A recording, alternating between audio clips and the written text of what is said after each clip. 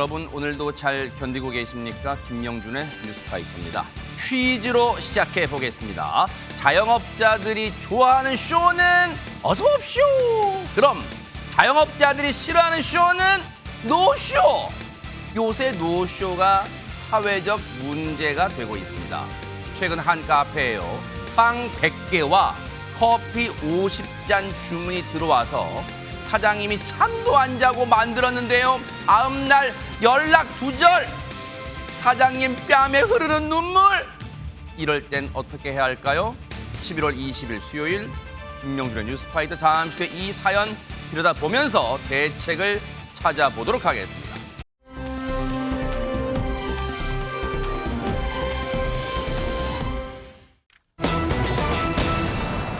전철을 폭행했다는 혐의로 검찰에 송치된 김병만 씨 사건 뉴스파이터가 전해드린 바가 있습니다. 그런데 이후에 각종 기사들이 계속 쏟아지면서 양측의 폭로전 양상, 더 나아가서 진실공방 양상으로 치닫고 있는데 저희가 차근차근 그 내용들을 집중적으로 다뤄보도록 할 텐데요. 먼저 손정혜 변호사님, 일단 많은 분들이 김병만 씨가 전철을 폭행했다는 그 의혹에 대해서 깜짝 놀라셨을 거예요. 그렇습니다. 뒤늦게 이 소식이 전해졌는데요.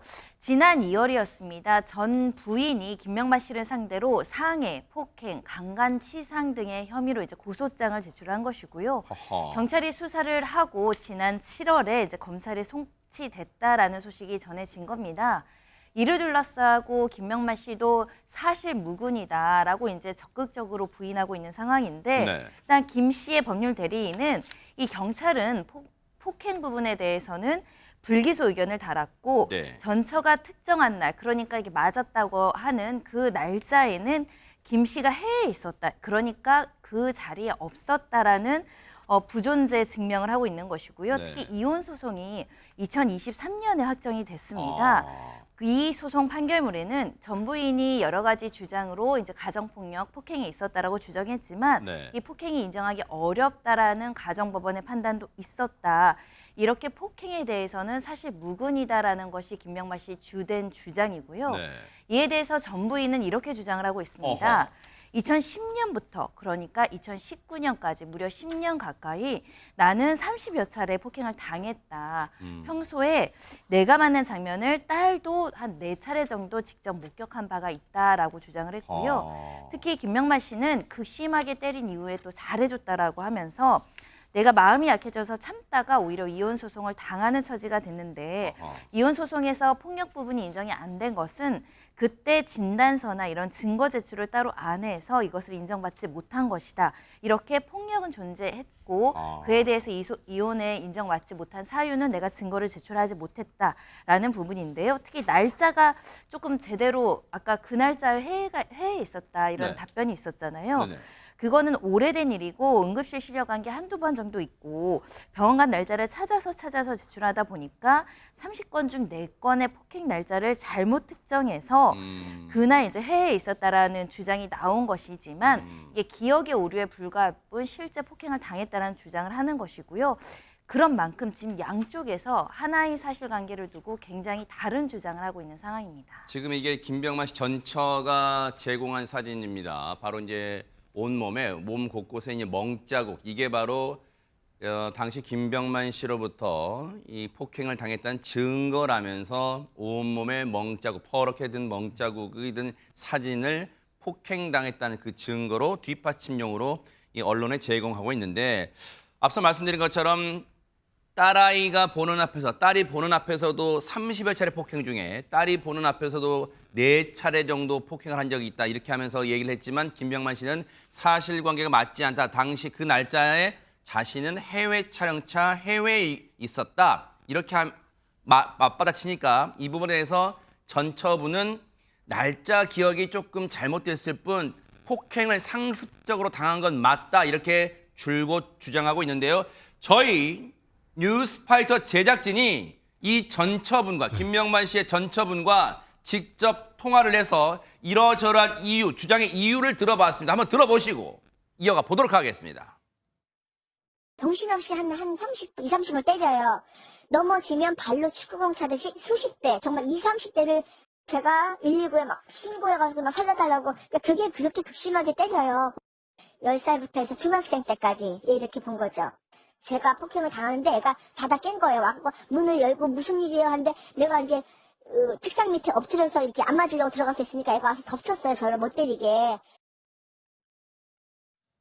지금 이 내용, 물론 이제 지금은 김병만 씨 전처의 주장이라고 일단 해둘게요. 이게 사실관계가 맞는지는 다툼의 여지가 있으니까요. 그런데 하재근 평론가님, 예. 일단은 전 부인, 김병만 씨 전 아내분의 얘기를 들어보면 자신이 폭행을 당했고 뭐 한 번 폭행의 수준이 한 번 폭행을 당하면 그 수십 분에 걸쳐서 폭행을 당했고 지금 들으신 것처럼 당시에 딸이 10살 때부터 중학교 때까지 폭행이 이어졌는데 그 기간이 지금 자기가 폭행당하는 장면을 딸이 보고 딸아이가 와서 자신이 맞지 않도록 막아주기도 했다. 이런 말까지 지금 하고 있어요.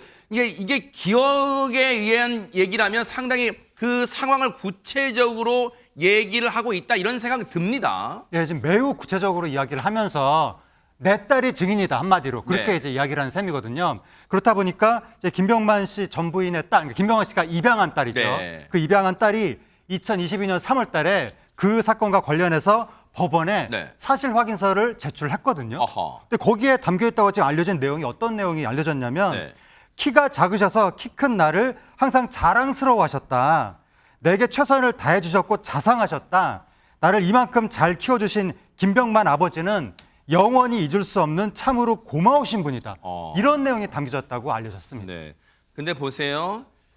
지금 2022년 3월에 법원에 사실 확인서를 제출했다. 근데 앞서 우리 손정혜 변호사님이 쭉 설명한 거 보면 두 사람의 이혼은 2023년에 이루어졌어요. 그러니까 아마 이혼 과정에서 이제 법원이 이 이른바 어떤 참고인이나 그런 진술 차원에서 김병만 씨의 입양 딸, 그 딸의 진술, 사실 확인서를 이제 들은 것 같아요. 그런데 그 진술에 보니까 최진정 변호사님, 2022년 3월이면 김병만 씨의 전 부인의 주장에 따르면 폭행은 이 딸이 10살 때부터 중학교 때까지 이루어졌다. 그런데 보세요. 언론 보도에 의하면 이 딸은 올해 성년이 됐다고 했어요. 그러면 2022년 정도면 성년에서 약간 한 2살 정도 어린, 그러니까 그래도 이 뭔가 기억을 또렷이 할 수 있는 그런 나이잖아요. 그런데 그 사실 확인서에는 일체의 폭행 관련 얘기는 없고 들으신 것처럼 키가 작으셔서 김병만 씨 얘기하는 것 같아요. 키 큰 나를 항상 자랑스러워하셨다. 김병만 씨가 아빠인. 그리고 내게 최선을 다해 주셨고 자상하셨다. 나를 이만큼 잘 키워주신 김병만 아버지는 영원히 잊을 수 없는 참으로 고마우신 분이다. 전처분이 주장하는 내용과, 왜냐하면 이 내용대로라면, 전처분의 주장대로라면 이 딸이 기억하는 김병만 씨도 우리 아빠 너무 생각만 해도 몸서리가 쳐져요. 뭐 예를 들어 그런 표현이 나와야 되는 거 아니에요? 어떻습니까? 그렇습니다. 저는 법조인이다 보니까 형법적인 측면 또 이혼의 가사소송 측면에서 제가 실무를 좀 말씀드리고 싶은데요. 지금 그 전처께서 얘기하시는 것은 본인 폭행이 2010년부터 19년까지라고 합니다. 그런데 단순 폭행 같은 경우에는 공소시효가 5년이고 상해 같은 경우에도 7년입니다. 네. 그렇다 보면은 지금 2010년부터 19년이라고 하면은 2019년부터 벌써 지금 올해가 2024년이니까 네. 사실상 단순 폭행이었다고 하면은 형사적으로 처벌할 수 있는 방법이 사실은 없습니다. 공소시효가 다 지나버린 것이죠. 네. 그리고 현실적으로 지금 그 이혼 소송 같은 경우에도 저도 이혼 소송을 여러 개 합니다만 네. 이미 이혼 소송하는 과정에서 뭐 폭행 주장은 하면서 진단서 등을 제출 안 해서 폭행 혐의가 인정되지 않은 것이다라고 하고 있습니다만 제가 지금 진행하는 그 이혼 사건 같은 경우에도 여성을 대리합니다만 실제로 상당한 폭행을 당해서 형사 고소를 했고 사실상 실무적으로 보면은 그런 폭행이 있었으면은 형사 고소를 하고 형사 합의를 지렛대로 해서 이혼 사건에서 합의하는 케이스가 상당히 많습니다. 그런데 이혼 소송을 제기를 하면서 폭행 내지 상해가 관련되는 형사 고소를 안 했다는 것도 소송 실무상은 저는 납득하기가 현실적으로 조금 어려운 점이 있거든요. 그래서 그런가요? 좀 전에 얘기한 것처럼 자기가 배 알아서 낳은 딸조차도 전 아빠라고 할 수 있는 지금 뭐 친양자니까 아빠인 김병만 씨가 좋은 사람이었다라고 얘기를 한다고 하면은 과연 그와 같은 그 전처가 주장하고 있는 이 폭행 행위가 과연 있었는 것인가? 아까 사진은 나오고 있습니다만 그 사진이 과연 언제적 사진인지 이런 부분에 대해서 정확하게 있지 아니한 다음에는 네. 사실상 얼마나 입증을 해서 상해 내지 폭행죄로 김병만 씨에 대한 형사처벌이 있을지는 상당히 의문이 아닐 수가 없는 것 같습니다. 2022년 3월에 법원에 제출된 이 딸의 사실 확인서 이 내용을 저희가 이제 물어봤어요. 뉴스파이터 제작진이 통화를 하면서 김병만 씨 전처분에게 그랬더니 아니 이렇게 잘 해주신 분으로 기억을 하고 있는데요. 이건 어떻게 된 겁니까? 물어봤더니 김병만 씨 전처가 저희 제작진에게 밝힌 내용은 이겁니다. 아이에게 잘한 부분은 인정한다. 아이한테는 자상했나 봐요. 딸한테는. 그건 고마웠다. 이렇게 얘기를 하고 있습니다. 그러면서 김병만 씨가 이혼 소송 후 파양 소송을 제기했답니다. 파양 소송. 그러니까 입양 관계를 끊겠다는 거잖아요. 그 파양 소송을 제기했는데 비인간적인 파양 요구에 응하지 않고 싶었고 그걸 방어하는 차원에서 딸이 사실 확인서를 쓴 것이다. 이렇게 저희 제작진에게는 그 이유를 설명하고 있는데 그런데 김묘성 기자님, 이 파양 소송 가운데 지금 입양 상태고 있고 이 딸은 입양 상태로 있어요. 김병만 씨한테. 그런데 그걸 파양 소송을 냈다는 거예요. 김병만 씨가. 그런데 이 파양 소송 가운데 돈 문제 얘기도 나오고 있다면서요. 네, 그렇습니다. 김병만 씨 측의 주장입니다. 주장이라는 점을 전제로 일단 말씀을 드리는데 전 부인이 김병만 씨의 재산 분할을 받지 않는 조건으로 파양 동의서를 써주겠다라고 조건을 제시했다는 겁니다. 그러니까 이혼 소송에 있어서 재산은 뭐 75대 25로 나누고 10억 원 정도로 아내가 남편에게 주고 뭐 이런 재판 결과가 있는데 이 부분에 있어서 제대로 그러니까 처리를 하지 않는 조건으로 파양을 해주겠다라고 아내가 조건을 걸었다. 그런데 김병만 씨는 그 조건을 받아들이지 않았다라고 주장을 하는 겁니다. 그런데 반대로 김병만 씨의 전 부인 같은 경우에는 바로 반박을 합니다. 파양을 해줄 테니 돈 달라는 이야기 단 한 번도 한 적이 없다라고 이야기합니다. 네. 그러니까 30억이 어디서 나온 숫자인지도 알지 못하겠다라는 반응이고요. 오히려 김병만 씨 측에서 파양에 동의를 하지 않으면 김병만의 재산을 빼돌렸다고 고소하겠다고 협박을 했었다라고까지 주장을 하고 있는 상황입니다. 네. 이 부분은 사실관계를 최진영 변호사님 사실관계를 확인할 수 있어요. 이 부분은 지금 양측의 주장이 너무 팽팽하게 다른데 어떻습니까? 다만 사실관계 두 측의 주장을 그대로 받아들인다 하더라도 저는 전처분의 말씀을 신뢰성이 조금 떨어지는 것이 아닌가 생각합니다. 어떤 부분에서요? 왜냐하면은 들어보셨겠죠. 친족 상도례 부부나 아이, 자녀 사이에서 어떤 절도라든가 배임 횡령이 있었다 하더라도 그것을 고소해도 처벌할 수가 없는 규정이 있습니다. 그럼에도 불구하고 지금 그 김병만 씨 측에서 파양에 동의를 안 하면은 김병만 씨가 재산을 빼돌렸다고 전처를 형사 고소하겠다라고 협박을 했다고 하는데 변호사하고 한번 물어보면 그게 협박이 되기 어렵다는 것은 너무나 쉽게 알 수 있거든요. 왜냐하면 행위 당시에 그 재산을 빼돌렸을 당시에 이미 그때는 배우자였기 때문에 설령 재산을 빼돌렸다고 해서 김병만 씨가 전처를 형사 고소해도 형사 처벌이 안 됩니다. 형사 처벌이 되지 않는 것을 가지고 고소하겠다라고 해서 그것이 협박으로 받아들여졌다? 저는 그런 부분에 있어가지고는 네. 전후 맥락으로 물론 사실관계는 확인해 봐야겠습니다만 네.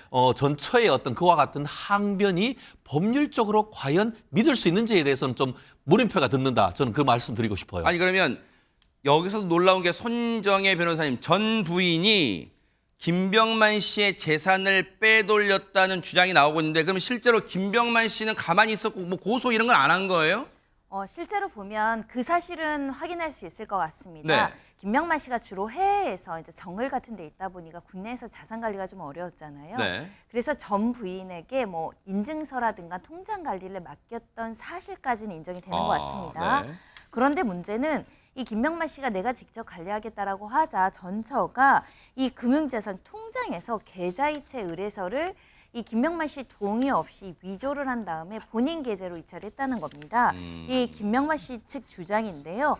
그렇게 계좌로 이체된 규모만 하루 사이에 6억 7천만 원 상당에 이르렀다.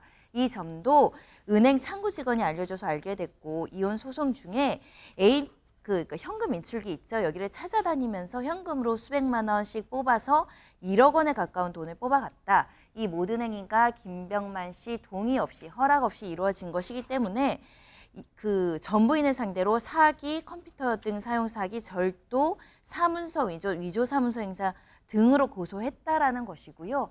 말씀해 주신 것처럼 돈을 인출한 것은 은행 거래 내역 보면 이건 금방 확인될 일이에요. 그런데 일단 김병만 씨 측은 전처가 거액의 돈을 뺐다는 거에 김병만 씨의 어떤 동의 없이 이 부분도 당연히 이제 궁금하니까 물어봐야겠죠. 김병만 씨의 전처분은 이에 대해서 뭐라고 답을 저희 제작진에게 들려줬을까요? 같이 한번 들어보시고 이어가 보도록 하겠습니다.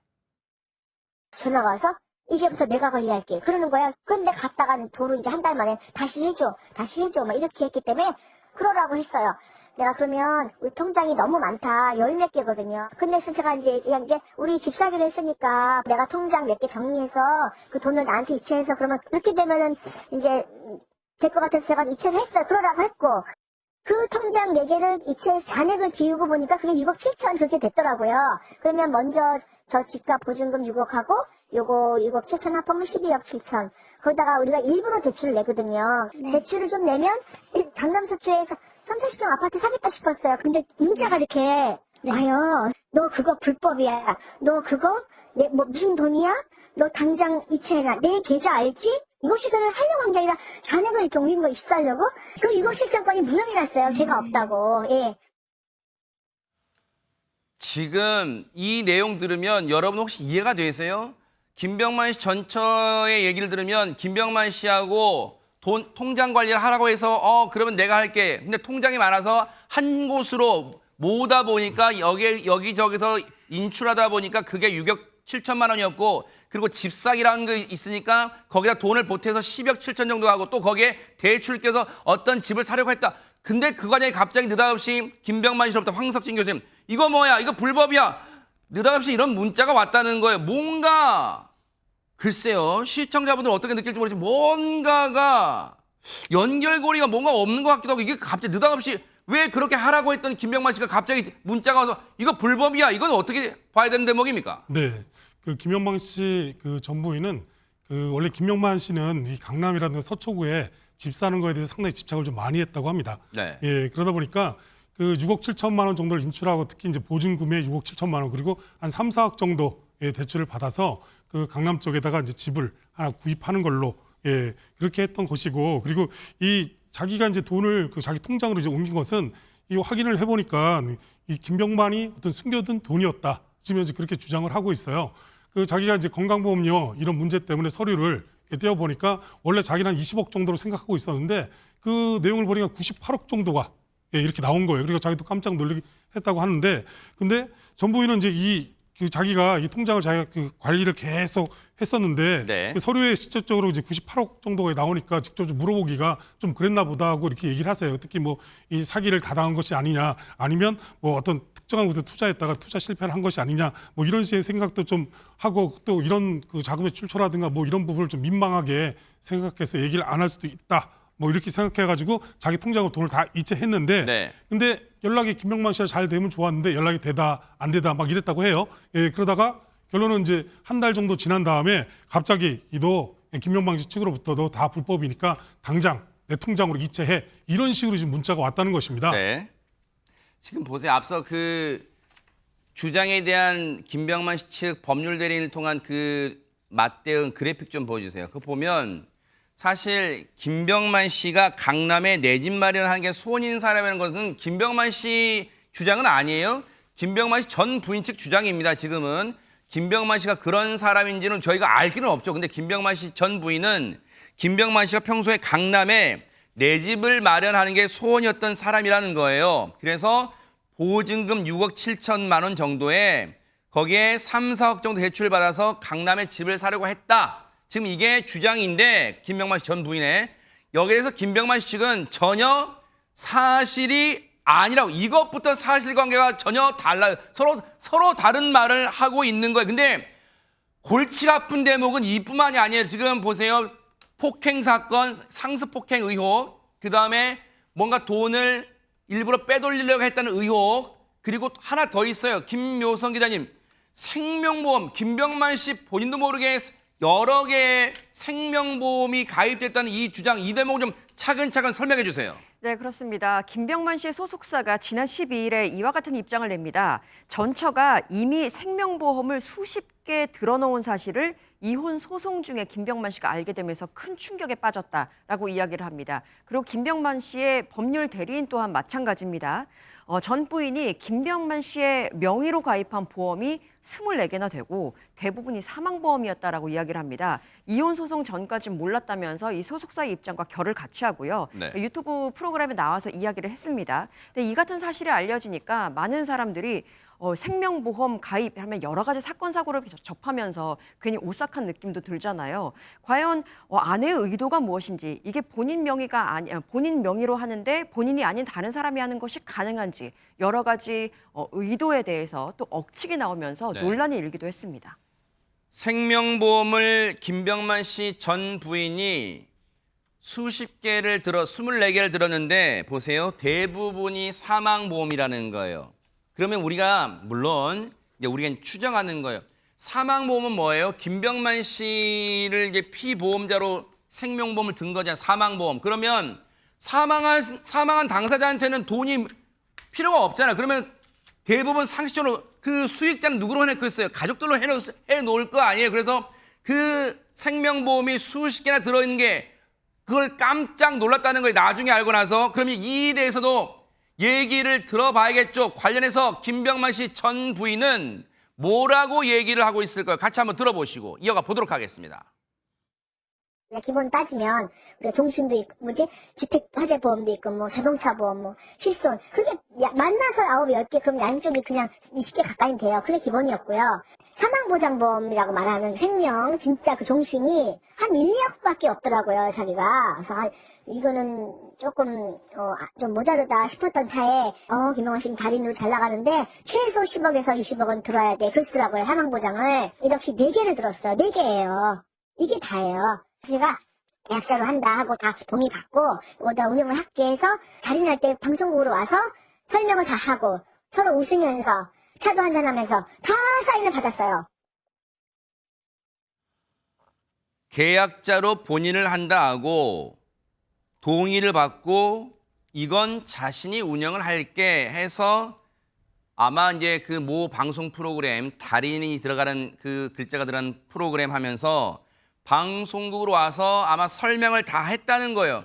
서로 웃으면서 차 한잔 했다는 얘기는 아마 최진영 변호사님, 김병만 씨 이제 본인을 얘기하는 것 같아요. 김병만 씨와 서로 웃으면서 차도 한잔하면서 이거 내가 다 보험 들고 관리는 내가 할게. 그러니까 서로 웃으면서 뭐 그렇게 해라고 웃으면서 얘기를 했다는 게 김병만 씨 전 아내분의 얘기예요. 그렇다면 이거는 김병만 씨가 모를 리가 없다. 지금 그 얘기를 하고 싶은가 봐요. 아마 미루어 짐작컨대 몇 개, 한두 개는 그랬을 가능성도 없진 않습니다. 그렇지만 우리가 그 타인을 그 피보험자로 하는 생명보험 같은 경우에는 그 보험 대상자, 어떻게 보면 피보험자라고 하죠. 그 사람에 대한 자서가 보통 있어야 됩니다. 그렇지 않으면은 보험 계약이 무효인 케이스가 많습니다. 네. 그렇기 때문에 이 사안은 아주 간단합니다. 실제 계약을 체결함에 있어서 이 그 보험 계약서에 과연 김병만 씨의 실질적인 자서, 서명 날인이 있는지 여부만 확인하면 되는 겁니다. 지금 그 명확한 것은 이혼 과정에서 양쪽의 재산 내역을 다 확인하는 과정에서 김병만 씨가 내가 들지도 않은 보험 계약이 20개가 있네. 그리고 그중에서 상당수가 생명보험이네. 이러면서 깜짝 놀랐다는 거 아니겠습니까? 그렇기 때문에 그렇다고 하면 지금 김병만 씨 같은 경우에는 그 계약서, 그 보험회사의 계약서 원본 봅시다. 라고 해서 거기에 본인 서명이 되어 있지 않다고 하면은 그 말씀은 그렇게 된다고 하면은 김병만 씨 말이 맞는 것이죠. 그렇지 않고 모든 게 알고 봤더니만 네. 이 부인이 서명한 것으로 되어 있다. 그렇게 된다고 하면은 이것은 상당 부분 문제가 생기는 것이고 네. 그 과정에서 어떻게 보면 보험 어떻게 보면은 그 추천하고 했던 그런 사람들 같은 경우에도 보험료에 이게 어떻게 보면 눈이 멀어가지고 규정을 위반했다는 그런 문제도 있을 수 있는데 지금 그 김병만 씨의 법적 대리에 따르면은 그 보험 계약 과정에서의 문제가 있기 때문에 보험 가입자 같은 경우에도 지금 징계 절차를 따르고 있다. 그런 지금 얘기를 하고 있는 것 같습니다.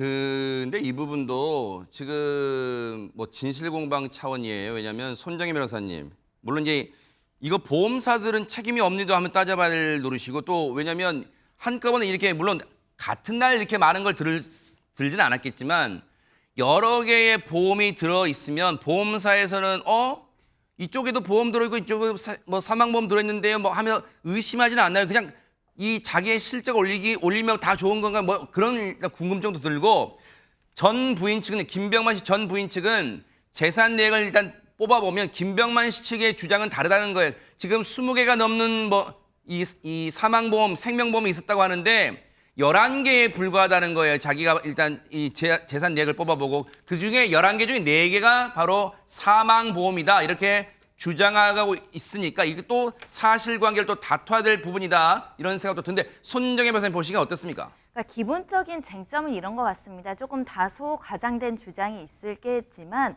김병만 씨 입장에서는 보험 계약에 자기가 직접 서명하지 않으면 무효로 가니까 보험 설계사가 그런 계약을 주도했을 리는 만무하고요. 다만 보험 설계사는 보험의 내용에 대해서 가입자에게 구체적으로 설명하고 고지하고 다른 보험 내역이랑 확인을 해서 중복이나 이런 것들 불필요한 걸 하지 않도록 해주는 것이 통상적인 관례인데, 그 과정을 생략하고 이거 필요한 보험이니까 이거 가서 서명만 해줘 이런 식으로 제대로 설명을 받지 않은 상황에서 나중에 그걸 열어봤더니 그게 설명과 다른 생명보험성이 많더라라고 한다면 일정 부분 제대로 설명을 못 받았거나 악의적으로 나한테 알리지 않은 것이 아닌가라는 의심을 할 수 있겠죠. 그런 주장을 김병만 씨가 하고 있는 게 아닐까라는 생각이 들고요. 그렇다 보니 이 보험 설계사도 지금 해당 회사에서 징계를 받았다라는 것이거든요. 이 징계를 받았다라는 건 보험 설계사가 기본적으로 해야 할 의무 중에 구체적인 설명 의무를 제대로 이행하지 않은 점이 문제된 거 아닌가라는 생각이 들어서, 결국은 부부간에 보험을 보통 들어주고 이렇게 뭐 여러 가지 챙겨주는 건 고마운 일이잖아요. 근데 사후적으로 분쟁이 생겼다는 건 둘 사이에 보험 가입을 둘러싸고도 서로 못 믿는 겁니다. 불신이 자리 잡고 있었기 때문에 이런 보험 계약과 관련해서도 서로 다른 입장에서 설명이 나오는 것 같습니다. 지금 김병만 씨 측 매니저라는 분이요, 저희 제작진에게 연락을 취해 왔는데 조금 전에 이제 아래 제목으로 나갔었죠. 바로 어제 이 김병만 씨 전 부인 측이 제기한 상습 폭행 혐의에 대해서는 검찰이 무혐의로 결론을 내렸다. 그 결론이 났다고 저희 제작진에게 알려왔습니다. 참고로 말씀을 드리고요. 앞으로 이제 근데 이게 분위기를 보니까 폭로전이 그칠 기미가 보이지 않아요. 과연 이게 어떻게 흘러갈지는 일단 차분하게, 저도 차분하게 상황을 지켜보도록 하겠습니다.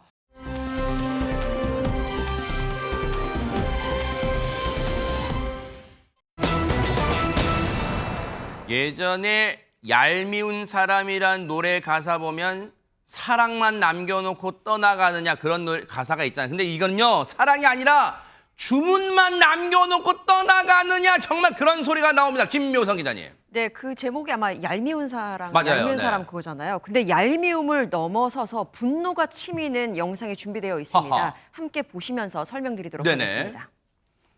지난주 목요일 오후입니다. 서울의 한 카페인데요. 한 남성이 자리에 앉아서 빵을 맛있게 먹고 있습니다. 네. 그 자리에서 다 먹은 뒤에 매장을 나섭니다. 네. 이윽고 남성이 탄 차가 매장 앞에서 후진을 하게 되거든요. 그러면서 네. 사장님을 이렇게 부르게 됩니다. 네, 후진하네요. 지금 보이죠? 네네. 네. 저 차입니다. 빵이 너무 맛있다면서 단체 주문을 하고 싶다고 남성이 말을 했다고 해요. 네. 그런데 그 개수만 해도 무려 빵 100개에 음료 50잔이었습니다. 아주 기쁜 소식에 웃음을 감추지 못하는 사장님. 그렇게 남성은 다음 날 찾으러 오겠다고 말을 합니다. 본인 그 카페 사장, 빵도 파는 아마 카페 같아요. 그 사장님 입장에서는 김묘성 기자님, 내가 만든 빵이 맛있다고 칭찬만 들어도 기분 좋을 판인데 이걸 빵 100개, 음료 50개까지, 커피 50잔까지 주문하니 얼마나 입이 귀에 걸릴 것 같아요. 그러니까요. 능력도 인정받고 또 돈도 벌 수 있으니까 굉장히 네. 행복하지 않으셨을까 싶은데요. 그래서 그날 저녁 사장님은 혼자 매장에 남아서 몇 시간 동안 그 빵을 다 구워냅니다. 아하. 그렇게 해피엔딩으로 끝나면 참 좋을 텐데요. 그 다음 날 벌어진 사건은 이렇습니다. 영상 보시겠습니다. 뭘까요, 네? 약속된 시간이 지났습니다. 그런데 남성이 나타나지 않자 카페 사장은 계속해서 전화를 해봅니다. 그런데 받지를 않아요. 결국 차단까지 당한 사실을 알자 하염없이 이렇게 눈물만 흘릴 뿐인데요. 번호 차단까지 된 거예요? 그렇습니다. 전날 열심히 구운 빵 수십 개를 다 어떻게 하나 막막하기만 합니다. 어머나 어머나, 지금 이게 하재근 평론가님 아마 카페 내부 CCTV 같은데 지금 사장님이 어머머 하염없이 지금 세상에 손수건으로 휴지로 눈물 닦고 있어요. 지금 얼마나 눈이 눈물 펑펑 나오나 봐요. 지금 억울해서. 네, 이게 서울 송파구의 한 작은 카페에서 발생한 사건이라고 합니다. 작은 카페에서 빵 100개, 컵 음료 50개 이 정도면 엄청나게 큰 분량이거든요. 네. 그거를 지금 제대로 소화를 못하게 된 상황이 됐다고 하니까 너무나 큰 타격을 받았을 것이고 네. 심적인 타격도 크겠죠. 그러니까 어떤 남성 손님이 빵이 너무 맛있어서 내일 찾으러 오겠다라고 하면서 이제 빵 100개, 음료 50개를 주문을 한 거예요. 근데 그 다음 날부터 이제 연락이 되지 않았다고 하는데 지금 들려오는 얘기가 그 남성 손님이 저 빵 준비한 빵인가 봐요. 어머 세상에. 그런 것 같습니다. 네. 자신의 휴대전화 번호를 알려주지 않았다는 얘기가 지금 나오고 있는데 메신저 앱으로만 대화를 했다는 거예요. 이러면 위험할 수 있거든요. 이게 네. 중고 거래할 때도 지금 저런 식인가 봐요. 중고 네. 거래할 때도 상대방이 전화번호 알려주지 않고 메신저 아이디만 알려주는 경우에 위험한 주의가 필요하다고 말들 하는데 저렇게 갑자기 상대방 연락을 딱 차단하고 끊어버리면 상대방 전화번호 모르면 연락할 길이 없거든요. 그러네요. 그 상황에서 사장님은 너무 좀 막막한 거고 현재 노쇼 피해 금액이 65만 원이라고 하는데 선수금도 받지 않았다고 합니다. 어머나, 세상에. 이 사장님이 처음에 선수금 이체해달라는 말을 하긴 했다는 거예요. 네. 근데 상대방이 지금 당장 가서 결제해드릴까요? 이런 식으로 나오니까 내가 좀 너무 의심하는 건가? 네. 이런 생각이 들어서 선수금 됐다고 네. 빵 찾으러 오실 때 다 결제해달라고 그렇게 선의로 그렇게 베풀었는데 결국 돌아온 건 이렇게 노쇼였다는 겁니다. 어머나 세상에. 선수금 좀 얘기를 하면 지금 그 말 표현을 보니까 그쪽 그 몹쓸 사람이 그랬을 거 아니에요. 약간 어투가 지금 가서 결제해 드려요? 약간 이렇게 빈정상하게 말하니까 사장님 입장에서는 아이고 이분 마음 상하게 하면 안 되겠구나. 아니에요. 그냥 됐고요. 제가 열심히 준비하겠습니다. 아마 이랬을 거 아니에요. 동네 또 장사다 보니까 세상에 그 마음을 악용해요. 이 나쁜 몹쓸 인간이. 자, 관련 얘기 들어보시고 이어가 보도록 하겠습니다.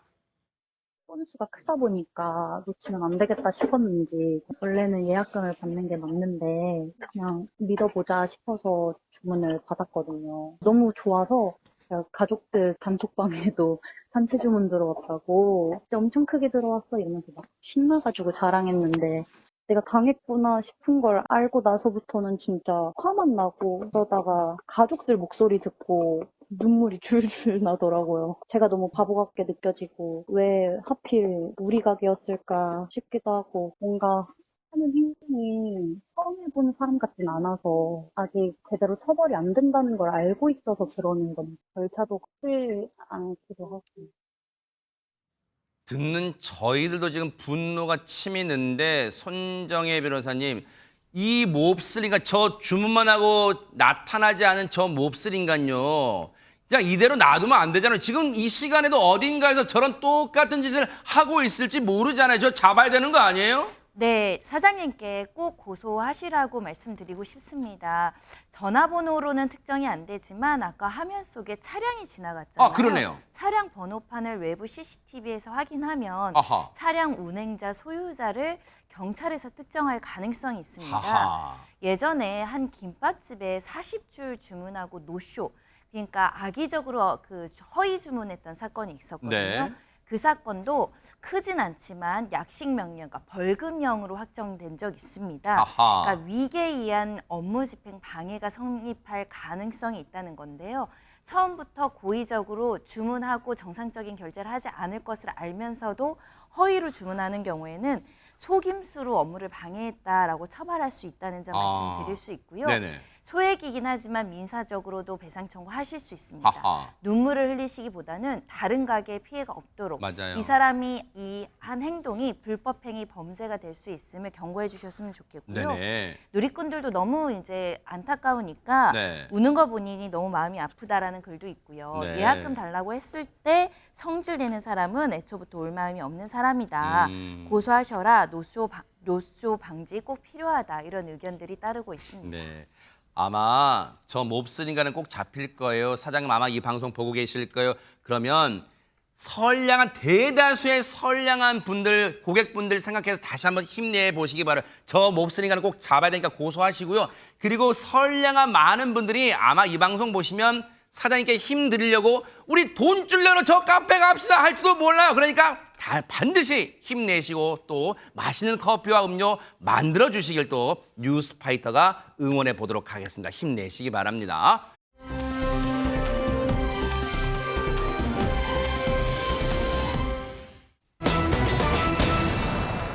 보통 부실 수사라고 하면 뭐 항의하거나 불만 제기하거나 법원을 찾아가거나 해야 되는데 김묘성 기자님 감사합니다가 웬 말입니까?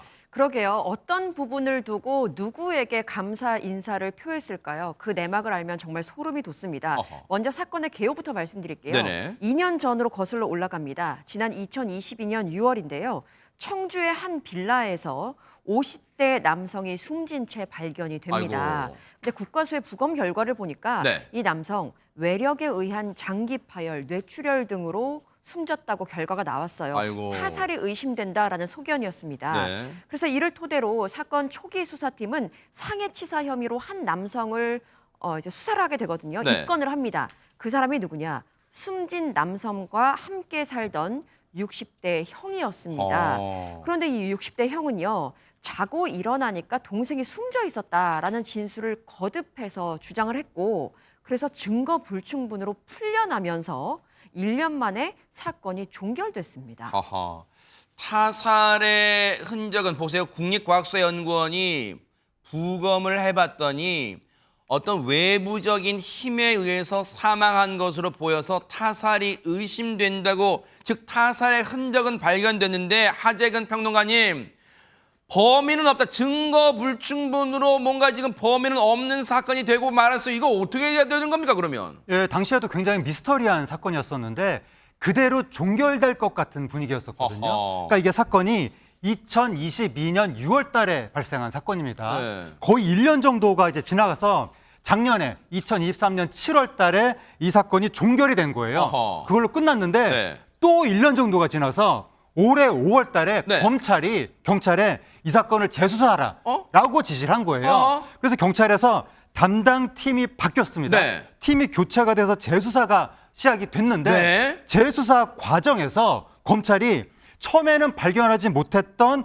목격자, 그 사건이 벌어진 집에 옆집에 거주하던 목격자를 찾아낸 겁니다. 네. 목격자가 술에 취한 60대 남성이 동생을 폭행하고 있었다라고 증언을 한 거예요. 네. 결국 그래서 60대 남성 피해자의 형이 상해치사 혐의로 구속 기소가 됐습니다. 어머나 이거 듣고 보니까 앞서 우리 김묘성 기자님 말처럼 듣고 나니까 지금 온몸에 소름이 끼쳐요. 그런데 보세요, 손정희 변호사님, 목격자, 그 중요한 핵심인 목격자가 바로 옆집에 사는 이웃이었다는 거예요. 그러면 2년 동안 왜 이 중요한 얘기를 못 듣고 이제야 듣게 된 걸까요?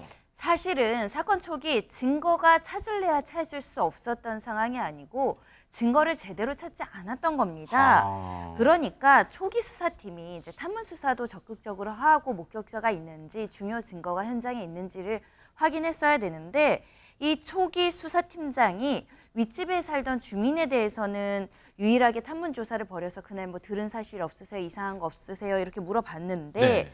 그 이웃 주민은 뭐 저는 잘 모릅니다라고 대답을 한 겁니다. 아하. 그런데 이 사건은 핵심 목격자가 또 따로 있었습니다. 아하. 또 다른 이웃 주민이 존재했던 것이고 네. 특히 이 이웃 주민은 CCTV에 등장을 했거든요. 어허. 그렇다면 이 CCTV에 등장한 이웃 주민 주변에 있었던 사람이니까 네. 당연히 탐문을 해야 됨에도 불구하고 하지 않았고 심지어 검찰로부터 주변인을 추가 탐문하라는 구체적인 수사 지휘 내용이 왔음에도 불구하고 이 요청 사항도 이행하지 않고 거짓으로 보고서를 제출한 게 확인이 됐고요.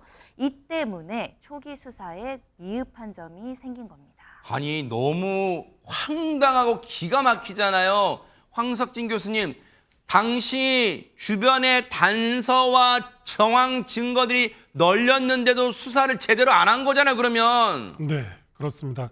그 지난주에 이제 결심 공판이 있었는데요. 네. 그 사건 초기에 이제 수사팀장이었던 이제 경감이 직접 뭐 증인으로 출석했습니다. 네. 그 증인 신문 과정에서 그 경찰의 어떤 부실 수사 이런 부분이 이제 적나라하게 드러났습니다. 네. 그 신문 절차를 이제 마치고 이제 증인석에서 일어나던 그 증인 경감에게 그 이제 피의자죠. 그 60대 남성이 인사를 꾸벅하면서 형사님, 예, 감사합니다라고 이렇게 황당한 그 이 감사 인사를 했다고 합니다. 왜? 그리고 이 60대 남성은 그 계속 그 무죄를 지금까지 주장하고 있습니다. 아니 피고인이 최진영 변호사님 이제 많은 게 형사사건 법정도 서보셨으니까 이런 상황 좀 황당하실 수도 있는데 보세요.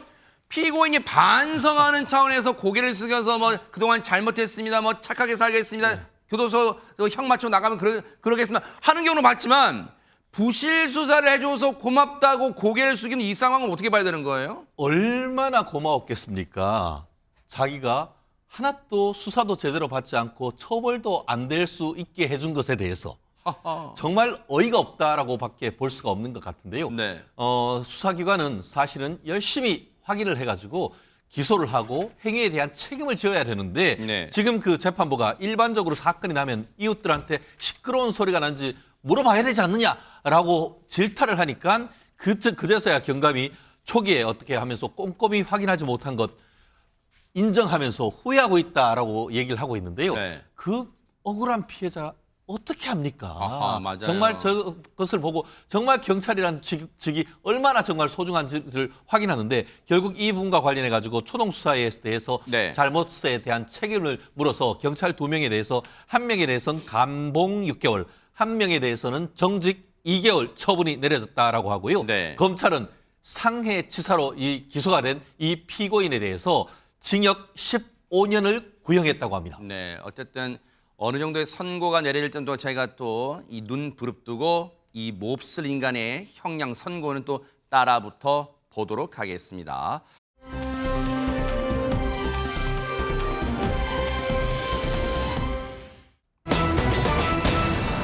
자, 이번 얘기 들으시면요. 들으시면서도 사실이야? 이런 일이 한국에서 진짜 일어났다고 믿기가 어려우실 거예요. 황당하실 거예요. 바로 그 사건 지금부터 제가 전해드릴게요. 김묘성 기자님. 네, 양식업, 양식장 하시는 분들을 보면요. 배를 타고 이제 바다 위를 다니면서 뭐 해산물을 끌어올리기도 하고 물고기를 잡기도 하고 맞아요. 이러잖아요.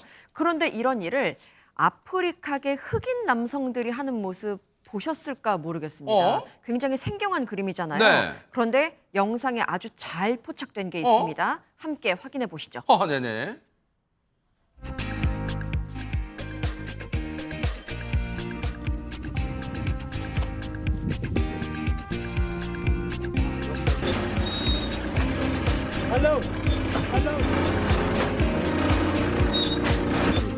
그래요.